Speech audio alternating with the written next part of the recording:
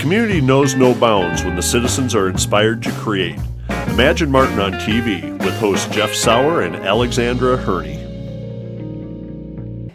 Hi, and welcome to Imagine Martin on TV. I'm Al Hurney, artist and taproom manager at Fairmont Brewing Company.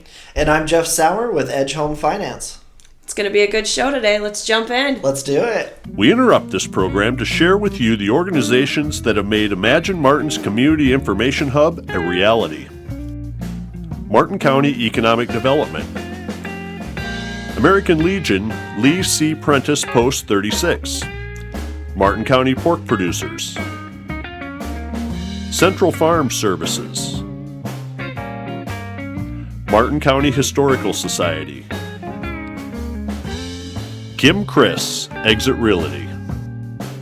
Fairmont National Agency, Incorporated. Join us in thanking each of them. Now we return to our program. Well, Jeff, as you know, our field reporter, Lewis, has been out and about. I heard he caught wind of something charming happening at the historic Chubb House. Tea parties. Oh, yeah. The tea parties are amazing. I've taken my girls. Yeah, Addie and I have gone to, and it was really cute. They have a blast, and always such history and just really good conversations. Yes. You have a flyer with information about it, don't you? Yeah, Lewis gave me one. Join us on Saturday, May 3rd for coffee or tea and an assortment of sweet and savory treats. Come and go from 11 a.m. to 1 p.m.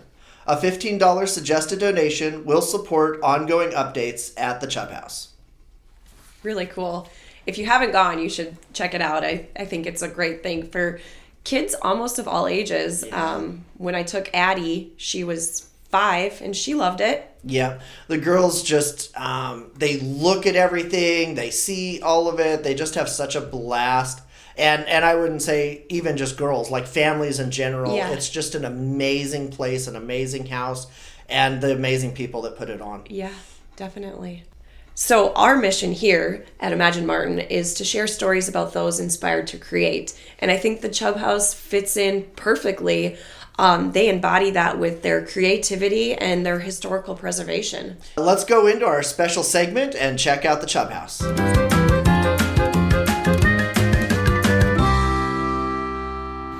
Hi, Jeff and Al. I'm Sandy Hallstrom, and I'm here with Ginny Riedesel, who is dressed as Sarah Chubb this morning. We're just having a cup of coffee. At the Chubb House. At the Chubb House. And the Chubb House, we figured, is over 150 years old. So it stood up pretty well, in spite of having people tell them that there was too much lime in the soil. But they disproved that. We left a piece when we rebuilt or tried to pep up the house, where you could see what the old bricks look like several places around. So that's kind of interesting too. We're honored to have preserved this beautiful home. It's the oldest brick home in Martin, Faribault, and Watonwan counties.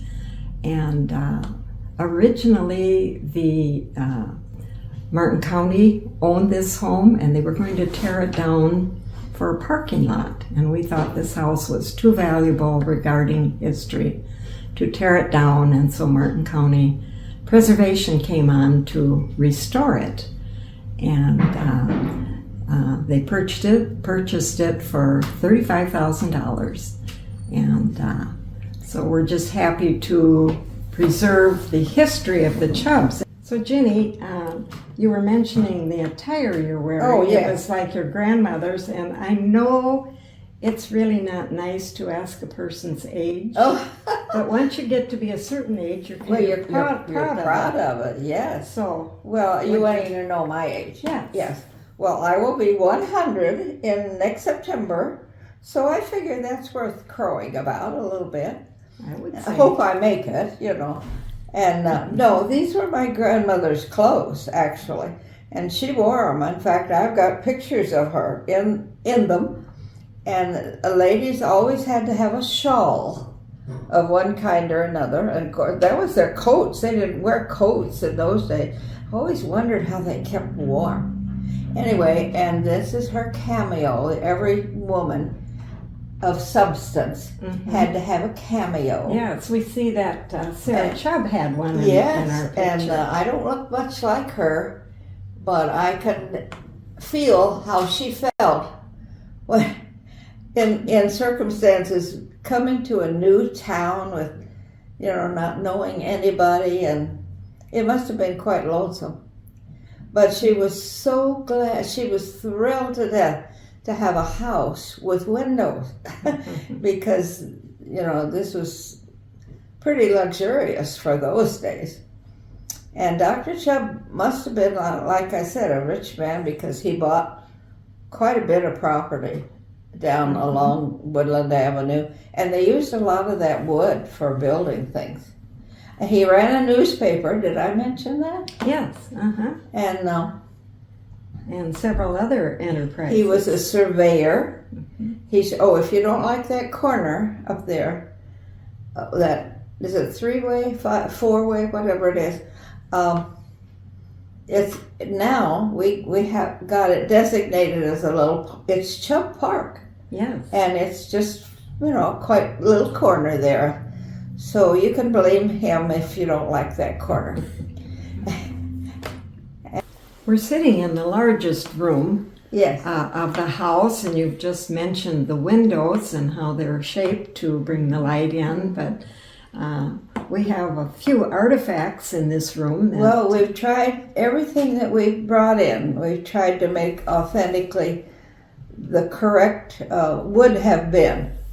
Now, for instance, our stove over there is it isn't a working stove. Could be, I guess, but it's not. But it's period, and it's just right. And we've tried the things we put around. We've all tried to make in the right era, so they would be right. It's kind of like a little museum, where you go back and oh yeah, that's why you used to do things, and that's what they used to wear. And we added the sunroom because we needed another. Well, not we, but they needed more room at that time, and eventually this place was used as a tavern, as a bed and breakfast, because there was only one in town. And so they had to have a few beds and a few things available. And it would all have been in their time period, because people didn't have cars. And as they traveled through, they would get caught in storms, or Dr. Chubb would take his buggy and horse and buggy out and get caught at some farmhouse where he had to stay. And so the women had to be very able to take care of themselves.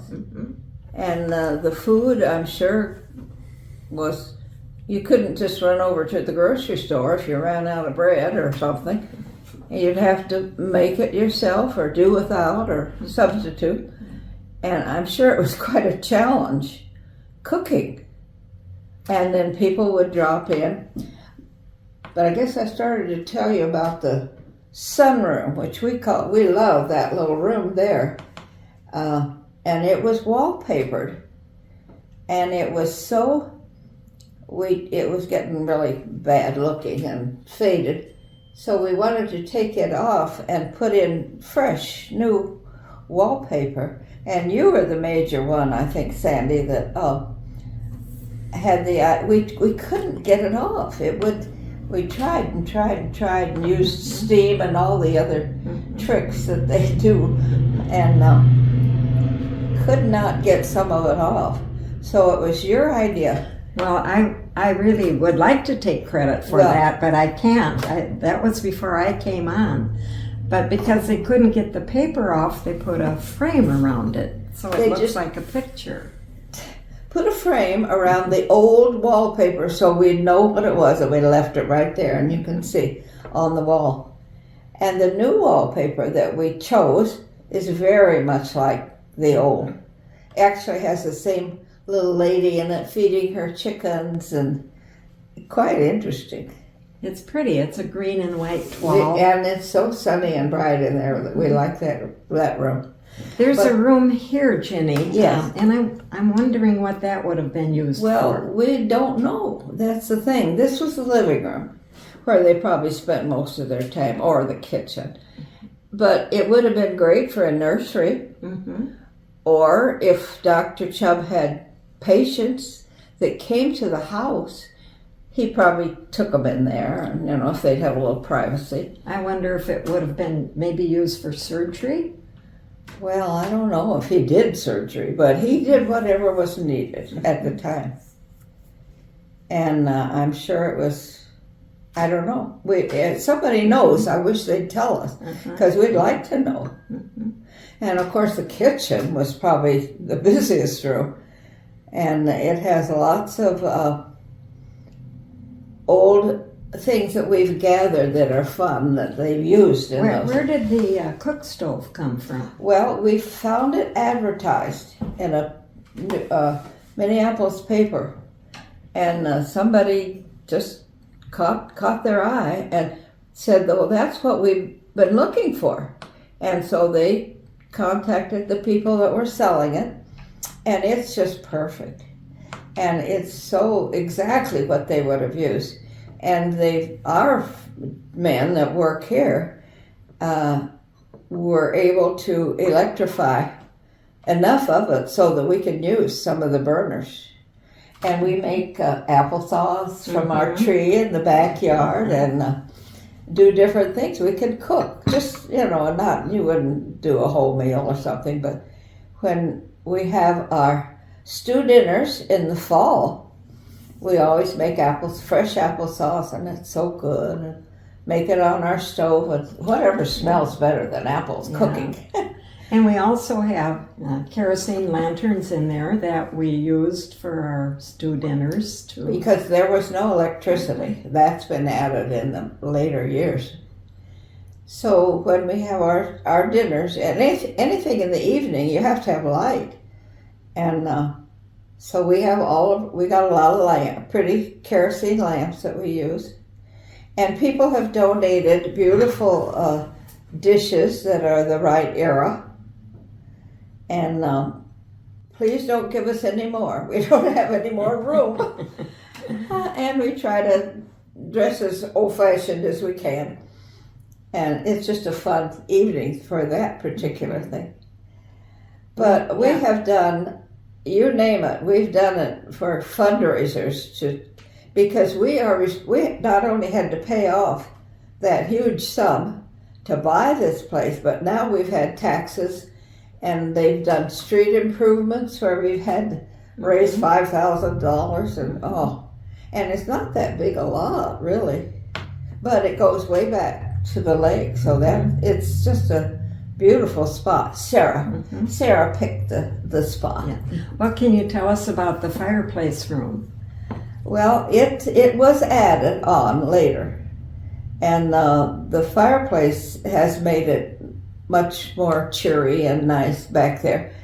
And we've found things. You'd be surprised when you look around.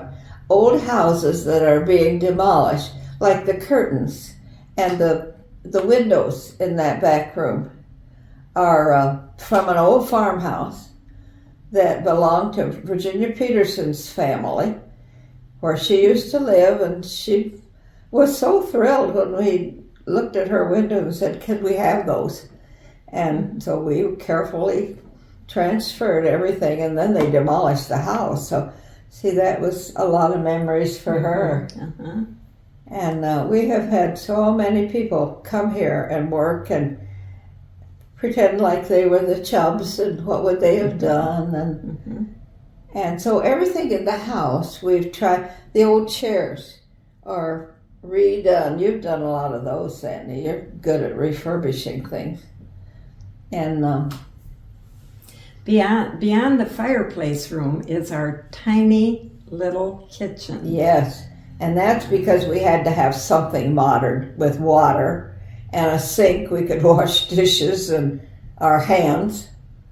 And there was no water available originally. They probably had a well. It's hard to believe that we could have fed so many people here for our stew dinners from that, and for our teas from that tiny I little know, kitchen. and it's so popular, and people keep saying, when are you going to have your spring tea? Oh, well, I don't know. And that's coming up, May 3rd. All getting too old to do those things anymore, so it's pretty hard, but May 3rd? May 3rd. Oh, okay. May 3rd. So, Would you like to tell about our stair steps and the rooms upstairs? well, you go ahead. We have a very narrow, steep stairway, but we do have railings on each side, so it's safe. But we have some very interesting rooms upstairs. The first room we call Lydia's room, don't we? Yes. And why is that? Well, because we've got Lydia up there. We have a mannequin that we've dressed appropriately, and I think she's minus hands or something, but she doesn't mind. And and we've got an old bed and an old bedspread. Actually, that bedspread is a crocheted one that my grandmother made. And after she became blind, she made 6 bedspreads, if you can believe that, for her grandchildren. And that's the one that I inherited, and it's just awful. It's heavy, and it's uncomfortable. And I said, I think this needs to go to the Chubb House and sit on the bed. And it's perfectly appropriate for the era. And so, each blanket that we've acquired and different dressers and things are... I noticed that Sarah's tiny shoes are sitting... she's taken her shoes off. I can imagine why with those tiny little shoes that her feet must have been hurting. Oh, I bet. So they're sitting under the bustle chair. And somebody had an old fur coat that was, I think we finally threw out, didn't we? Probably. It was just awful. But on the bustle chair also are a couple of bustles. Oh, yes. And the bustle chair was designed for women. There's no back on it, so You women could wear your sit bustle. on there comfortably. Yes. Oh, and you imagine everything they went through with all the corsets and things they had to wear in those days. And then there's also an old trunk in that room. Yes. And a doctor's bag. I don't think it was Dr. Chubb's. No, it was my husband. No, but it's old. But we had to have a few artifacts from... And there's a wonderful cupboard in here that's a built-in cupboard where they probably kept dishes and things. But and she got a lot of spices that are in little. I hope you could show that sometime. We think that's where Sarah put her cinnamon and or Dr. Chubb may have put his medicines in there. We don't know. See, these are things we'd love to know. There's another bedroom up there too, where we have. Why don't you tell us about some of the things? There's a child's bedroom, for one thing, and the bed in it is very authentic because I slept in it as a child, and my parents did too. So it's really old. It's iron, and you pull up the side. It goes up and down. When you put your child to bed, you pull up the side of the bed so they don't fall out. My brother learned to climb over it right away, so that was a funny story about him. But anyway, so let's see. And we've got a little potty chair that would have been the era, and we've got a lot of costume, a lot of baby clothes that are beautiful, and that somebody has saved over the years. There's a high chair in there, a high chair, a rocking chair, and then some balls of cotton rags for scatter rugs. Yes, and all of the rugs that you find in the house we made of old materials. That was one of our projects. One year we did braided rugs. And they're all over the house. There are some. Well, Ginny, it's been such fun reminiscing about Yes. the Chubb House and the restoration and Dr. Chubb and his family. But, you know, we have ongoing events here too. Yes, all the time there's something going on. And you bear in mind that anybody can come here and have a luncheon or play bridge in the afternoon, or, you know. And we've had a lot of receptions. Oh, we've had people come at the high school graduation parties here. And because it's nice in the summertime and our backyard is really pretty. And actually, we're having a tea coming up. And it's what, May? On May 3rd, and we have all these cups and saucers Oh, that we they're use. so beautiful, Sandy. And the ladies bring in such wonderful, fancy little sandwiches and cookies and bars, and we're bursting at the seams on those days. And people come early and stand in line to get till we open the door. Yes, when we open the door, and it's just a fun day, and ladies look forward to this every year. And if they want to wear their spring hats, that's fun Oh, too. we would love that. We would love that. Yes, and it's just fun that they're beginning to have more little girls that come with their moms, and so it's all ages like to have tea. Yeah. Well, it's been great reminiscing with you today, Ginny. Yes. And, we'll go back to Al and Jeff now. Okay.